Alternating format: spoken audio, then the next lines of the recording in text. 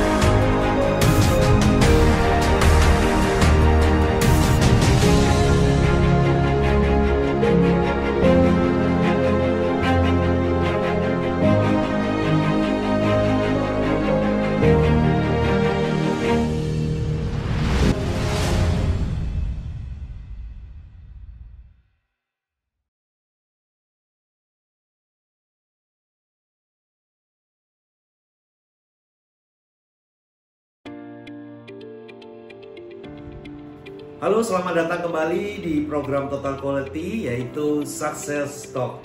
Sekali lagi salam sukses untuk kita semuanya. Nah, kali ini kita akan berbincang-bincang kembali. Tentunya kita akan menghadirkan narasumber-narasumber yang sangat inspiratif. Dan kali ini kita akan menghadirkan seorang leader yang sangat luar biasa menurut saya. Beliau sudah banyak berkarir dan di beberapa perusahaan juga. Saya langsung saja mengenalkan sedikit profil tentang beliau yang akan kita ajak bincang-bincang hari ini ya. Tentunya saat ini beliau merupakan seorang Managing Director dari PT Noyorono Tobacco International yang pusatnya berlokasi di Kudus. Kalau mungkin Anda lebih familiar dengan produknya, ya kan? Yaitu apa? Ada Class Smile dan juga ada minyak Jinggo. Itu loh, pasti Anda pernah mendengarnya. Anda pasti cukup familiar dengan dua brand itu. Kemudian bukan hanya itu saja, sebelumnya beliau ini sudah banyak pengalaman sebagai leader di beberapa perusahaan-perusahaan besar tentunya.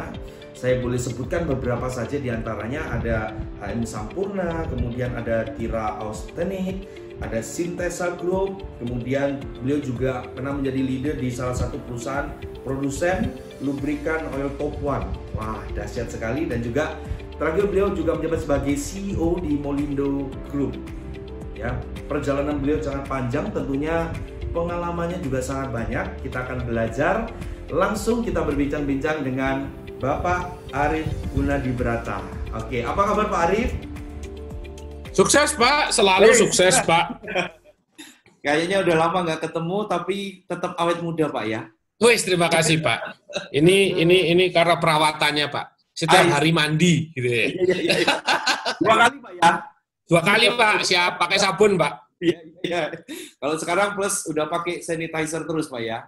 Siap. Oke Pak Arief, thank you sudah datang ke sini, sudah menyempatkan waktunya di program Total Quality. Pak Arief, boleh nggak di segmen pertama ini kita bincang-bincang dulu supaya lebih mengenal Pak Arief, ya kan? Saya sih melihat Pak Arief ini sosok leader luar biasa. Boleh nggak Pak cerita sedikit Pak Arief untuk memperkenalkan juga perjalanan Pak Arief dari awal sehingga sekarang itu Pak Arief berada di posisi saat ini, kemudian banyak menginspirasi menjadi leader-leader di banyak perusahaan. Itu tadi yang saya sebutkan, mungkin hanya beberapa di antaranya. Boleh Pak sharing-sharing sedikit? Boleh Pak. Jadi begini, karir saya itu sebenarnya berkembang di bawah 4 grup besar, gitu ya, 4 perusahaan besar di Indonesia. Yang pertama, saya pernah bergabung dengan PT HM Sampurna Tbk. Yes. Itu adalah perusahaan rokok. Saya di sana 11 tahun, Pak. Wow. Belajar untuk mulai dari bawah, gitu ya, mengenal manajemen, bukan produknya saja, tetapi pola manajemennya yang sangat-sangat profesional di sana. Yeah. Itu kemudian dari situ saya harus pindah ke sebuah grup yang cukup besar juga di Jakarta, grup Tiga Raksa, Pak. Tiga Raksa ini mempunyai banyak sekali bisnis pilar. Ada 4 bisnis pilar, diantaranya salah satunya kalau Bapak mengenal dulu ada susu SGM. Nah, itu salah satunya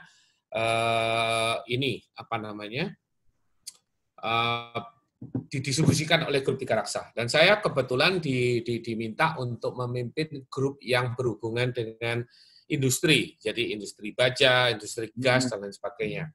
7 tahun Pak saya di sana. Kemudian dari situ dapat kesempatan untuk pindah ke sebuah oli legendaris, gitu ya, pabrik oli legendaris yang sangat-sangat terkenal dengan jargonnya, oli Anda top one juga kan? Yes. Nah, zaman-zaman itu. Di sana saya mendapatkan tugas untuk modernisasi dan profesionalisme daripada perusahaan.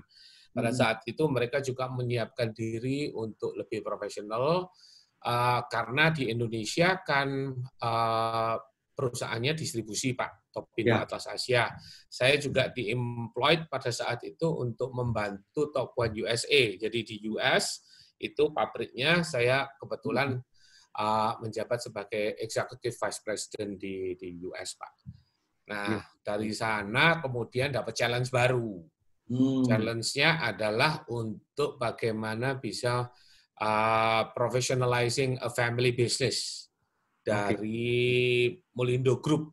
Itu sebuah perusahaan produksi etanol yang terbesar di Indonesia, Pak. Nah, mereka merencanakan pada saat itu untuk IPO, untuk menjadi public company. Nah, kemudian saya dan tim gitu ya, ada beberapa orang profesional juga membidani itulah, Pak. Menata perusahaan, membuat mereka comply dengan peraturan-peraturan dan menyiapkan mereka sekaligus memasarkan sahamnya di bursa.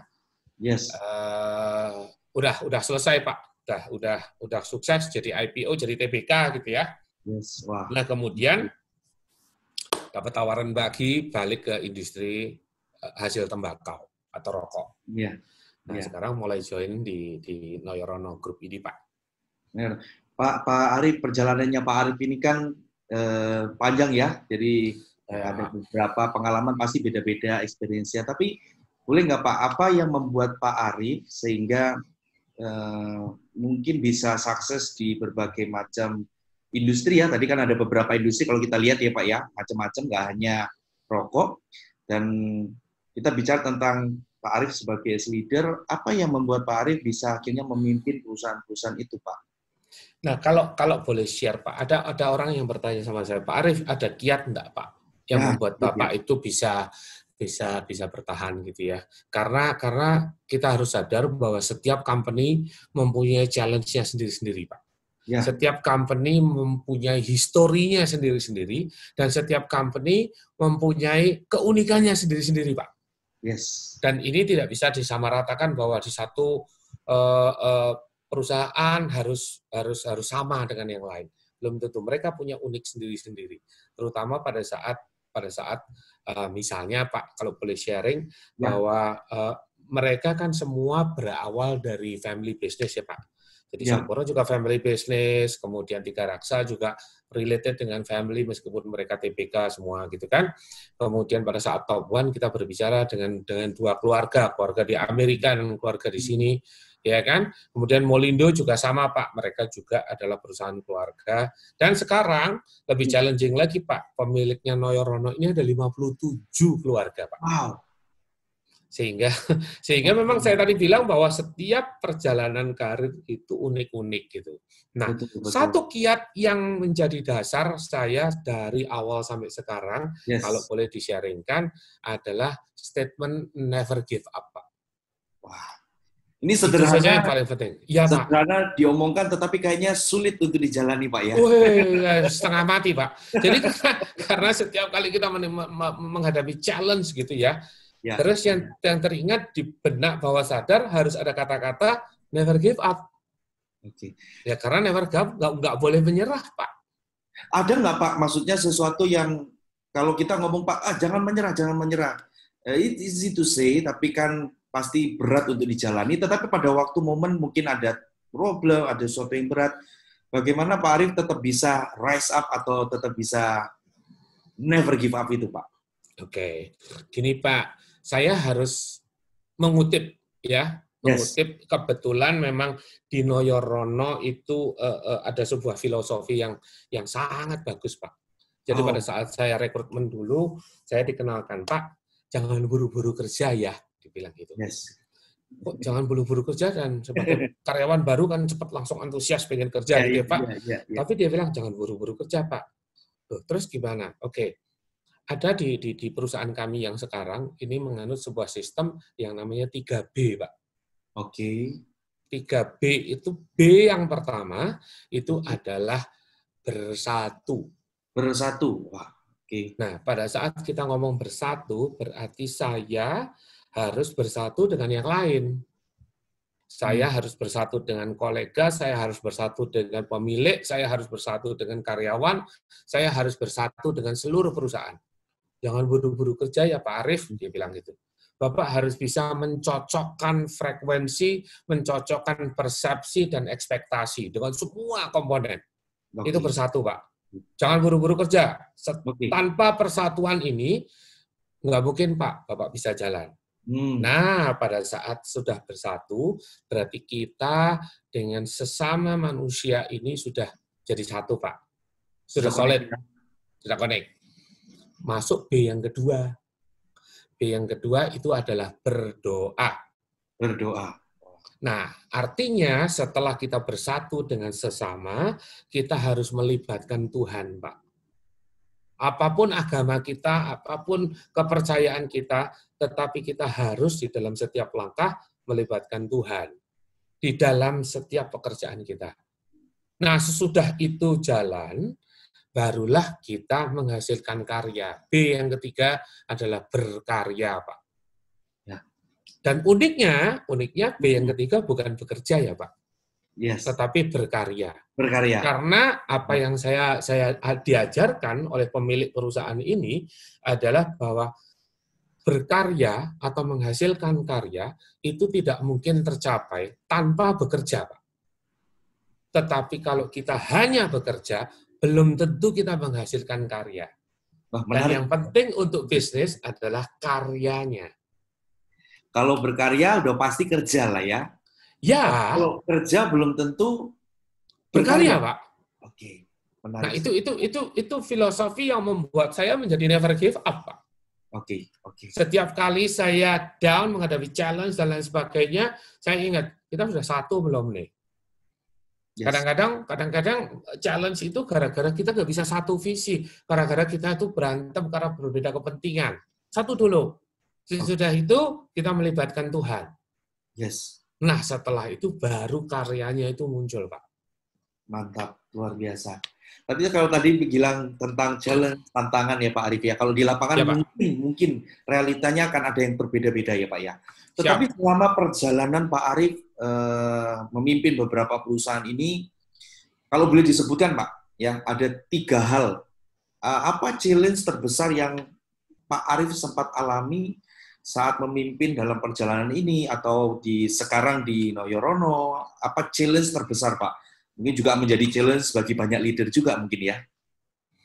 Oke. Sebenarnya challenge yang saya pelajari adalah bagaimana kita bisa mengelola atau membantu mengelola perusahaan keluarga, Pak. Oke. Nah, itu saya harus bilang bahwa kita harus menyamakan 2 hal. Pada waktu saya itu proses rekrutmennya di Noyorono cukup lama, Pak. Hampir 1 tahun, Pak. Interviewnya itu hampir 1 tahun. Wah, lama juga ya. Itu semata-mata bukan karena tawar-tawaran gaji ya, Pak. Ya, tetapi karena kita melakukan 2 hal. Yang pertama, itu menyamakan persepsi. Oke. Karena harus sama, Pak, persepsinya. Pemilik sama kami manajemen harus sama. Jangan sampai mereka berpikir bahwa perusahaannya kayak begini, padahal sebenarnya begini, lain. Persepsinya harus disamakan ini. Misalnya, saya bicara mengenai industri rokok ya, sejenak. Bagaimana pemilik perusahaan melihat industri rokok saat ini? Oke. Bagaimana saya melihat industri rokok saat ini? Ini harus disamakan persepsinya dulu, Pak. Iya, kalau tidak sama frekuensinya, nggak bisa satu sisi, Pak. Nah, yang kedua adalah menyamakan ekspektasi, Pak. Oke. Jadi 2 inilah yang jadi lama. Nah, Bapak atau Ibu pemilik perusahaan menginginkan apa ekspektasinya? Nah, saya harus sadarkan bahwa mampu atau tidak kita mencapainya. Ya. Jangan ekspektasi harapan gitu ya, antara cinta dan harapan, Pak, kayak sinetron ya, cintanya di sini, harapannya segini. Nah, ini kan susah. Nah, ini harus disamakan, Pak, persepsinya, ekspektasinya. Sinetron yang contoh kita, Pak, bukan kita contoh sinetron, Pak, kayaknya. Iya. Nah, itu challenge, Pak. Challenge untuk menyamakan 2 itu yang pertama. Ya toh? Nah, challenge yang kedua adalah challenge sesuatu yang really unexpected, Pak. Nah, buat saya, terutama buat saya, itu adalah gini. Saya itu tidak pernah merasa takut, Pak. Tidak pernah merasa takut, never give up, itu tetap jalan. As long as I can see the light at the end of the tunnel. Oke. Selama saya masih bisa melihat ada titik terang di ujung sana, then I'm fine. Nggak usah takut. Walaupun itu belum totally clear ya Pak ya? Meskipun gelap, jangankan ambigu, gelap, tapi di sana ada titik terang, saya bisa fokus dan saya bisa ke sana, Pak. Sekecil apapun, Pak ya? Sekecil apapun. Sekecil apapun, Pak ya? Tetapi kalau kita nggak bisa melihat at the end of the tunnel ada setitik terang, itu yang saya takut, Pak. Itu challenge yang berat buat saya. Seperti misalnya adalah kayak COVID ini, Pak. Iya. Pandemik ini kan kapan habisnya itu kan stres, Pak. Ya kan, semua orang stres, sehingga kita harus menyiapkan diri untuk kondisi yang lagi keren sekarang namanya new normal. New normal, betul Pak. Nah, new normal, the normal situation is, itu yang unik setiap perusahaan. Nggak bisa disamakan. Meskipun pemerintah ada guideline new normal versi protokol kesehatan. Hmm. Tetapi new normal di perusahaan belum tentu sama, Pak. Ya, betul. Nah, itu challenge yang berat. Jadi 2 challenge itu tadi, Pak, bagaimana kita menyamakan persepsi dan ekspektasi. Ya. Yaitu yang kedua adalah bagaimana kita bisa selalu melihat titik terang at the end of the tunnel, Pak. Sehingga kita bisa melakukan langkah-langkah strategik. Itu challenge, Pak. Oke. Ternyata di lapangan juga tidak seindah di sinetron tadi, Pak, ya? Iya, Pak. Iya.